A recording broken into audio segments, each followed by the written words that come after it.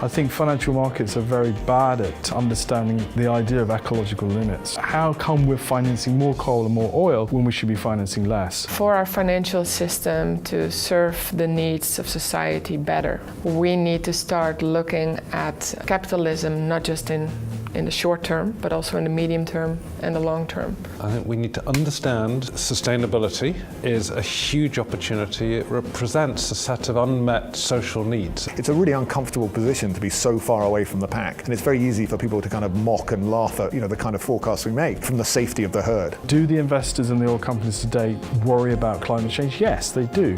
But does that mean they're going to sell out of the sector tomorrow? And no, it doesn't. The sustainability now needs to be part of the way the system operates. What we don't have is actually the shifting of money. We don't have money actually flowing at the speed and scale it needs to meet the Sustainable Development Goals. I am very concerned about these matters. I feel like I've got a clock ticking inside me. We need to bring the world into a safe landing on below 2-degree living. After being in what I do for the last 25 years, I'm as pissed off now as I was when I started by the inequality and the injustice and the fight. I really am as pissed. In fact, I'm probably more pissed off. For me, a vibrant economy is one where everyone can thrive and no one's left behind. It's one where you've got financial systems where there's trust and integrity that allows investment in the right things, fosters innovation to solve the big challenges in the world and makes a difference. What Tesla did to the car industry, where they were not the first one to introduce electric vehicles, but to make them performance driven, so they obviously go like a rocket, and they made them cool, to make them like a lifestyle element of consumers. We can achieve something similar as an industry, as a community. I think we need to really challenge the fundamental basics of how financial markets work, how they price scarcity, how they price risk. And we're not going to do that by trying to persuade a big bank to suddenly go green, because they'll switch back again, and we've seen it overnight. We actually have to create the alternatives. And you can see that in the renewable energy world. Instead of BP going beyond petroleum, actually it's the rise of the Teslas and the solar companies which actually competed out and will continue to compete out businesses that in some respects still stuck in the past. If you ask a group of investment bankers what is an NDC, you'll be lucky if as much as a quarter of the room puts up their hand, okay? And yet NDCs are this amazing investment opportunity where investment banks can make money and actually be doing something good to save the environment. NDCs are the shorthand, the nationally determined contributions. It's the shorthand for the national climate plans that every country has submitted into the Paris Agreement. That's the plan that needs to be put into action for each and every country. That is the investment opportunity. It is, I think, inconceivable to be a world-class investor today and to make investments in a way that ignores some of the key elements of the sustainability narrative. You cannot ignore what's going on in terms of the transformation of energy systems. You cannot ignore the need to redevelop the way we approach infrastructure investing.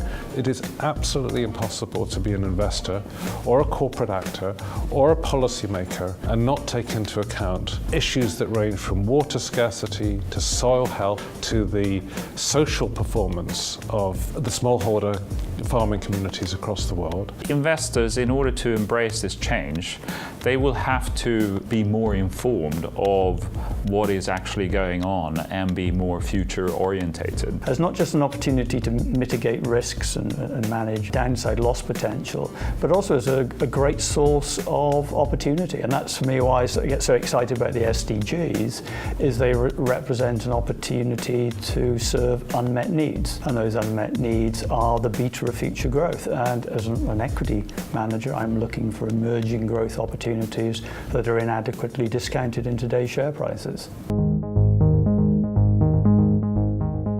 There are things that drive disruptions off a linear pathway onto this non-linear S-curve. They're everything from the exponential nature of the cost reductions in the technology, the convergences of the technologies, but they're also all about these factors that drive change, behavior change. Big data and AI in the financial industry is a strong element of disruption. So it allows you to replace the conventional approach, which is manual, which is non-scalable, which is based on human individual decisions, into more transparent, rules-based, systematic, quantitative process. And these tools will significantly change the way people look at finance and do their investment decisions. In 2030, I'd love to think that every single investor can see in their smartphone, tablet, or heads-up display on their Google screen, whatever it happens to be in 2030, I'd love them to be able to see not just what they own and how it's performing financially, but also how those securities, be they companies or infrastructure investments, I'd love them to be able to see very quickly how they're performing on the Sustainable Development Goals and whether they've helped to shape the future they wish to retire into by the way that they've invested their money.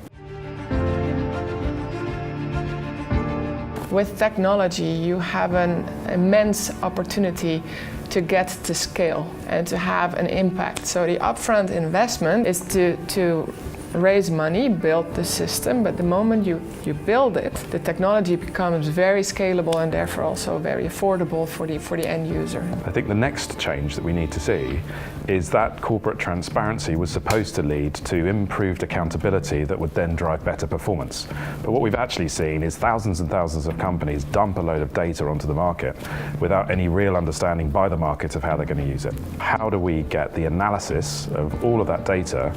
How do we democratize it? How do we share it with the end individual? And how do we get it out there so that everyone can see exactly how good, for example, Unilever really is against Procter & Gamble, or BP is against Shell, or any one of the companies that you can think of? How do they really compare, rather than just how good do they think they are? FinTech has huge potential for having a more democratic and a more efficient system. But we also need to recognize that actually there are potential downsides. So we need to be aware of those issues and ensure that sustainability is part of the code that is driving this FinTech revolution. Technology is useless without human thinking and human input. Garbage in, garbage out. So it's the interface, as ever, of human intellect and artificial intellect that will ultimately drive a common sense outcome. The thing I'm sort of quite passionate about is integrity.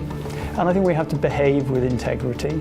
I don't think the system is broken. I just think that we have to understand what we do and the consequences of what we do. Who doesn't want to have a more sustainable set of financial returns? And who doesn't want to have a more sustainable world? And both are actually, at the end, very much aligned.